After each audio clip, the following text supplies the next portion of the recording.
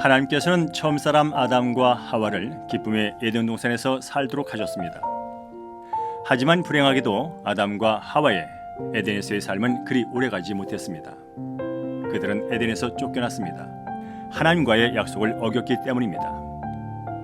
에덴 동산의 진짜 주인은 하나님이며 아담은 하나님으로부터 위임받아 다스리는 청지기임을 알려주는 경계선인 선악을 알게 하는 나무의 열매를 따먹은 것입니다. 어느 날 들짐승 중에 가장 간교한 뱀이 하와를 찾아와서 선악을 알게 하는 나무의 열매를 먹어도 결코 죽지 않을 것이라고 거짓말을 했습니다. 그때 하와는 그 유혹에 넘어가 죄를 짓고 말았죠. 세상 만사 인간의 고통과 죽음의 문제는 이때부터 시작됐습니다.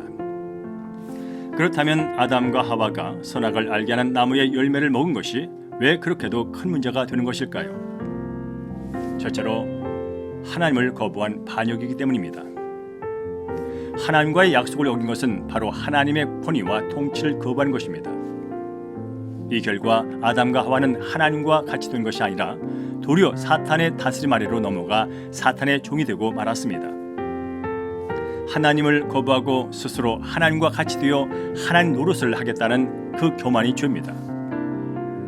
창조주 하나님을 거부하고 인간 스스로 하나님이라고 주장하는 이것이 바로 죄의 본질이죠. 죄로 인한 타락은 하나님과의 단절과 그에 따른 많은 문제를 낳았습니다. 타락은 바로 고통과 육체적인 죽음을 가져왔습니다. 인간이 하나님을 거부하고 스스로 하나님 노릇하겠다고 선한 순간 무한한 자원에서 벗어나 유한한 상황 안에 갇히게 되어버렸습니다.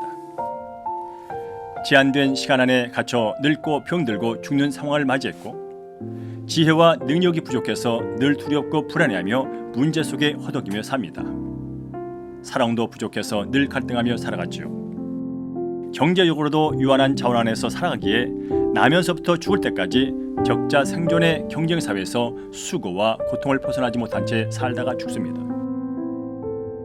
이처럼 이 시대를 살아가는 사람들 역시 죽음의 증상인 각종 고난 속에서 희망하며 살다가 결국은 육체적인 죽음을 맞이하게 되는 것입니다. 셋째로 타락은 영적 관계적 죽음을 가져왔습니다. 죄는 하나님과의 관계 단절인 영적인 죽음은 물론 우리의 다른 모든 관계에도 영향을 주었습니다. 아담과 하와가 죄를 짓기 전에는 서로 벌거벗음에도 불구하고 수치를 모르고 한 몸으로 살았습니다. 하지만 선악을 알게 하는 나무의 열매를 먹는 불순종 이후에 이 두 사람은 서로를 탓하면서 공격하는 관계가 되고 말았죠. 그렇습니다.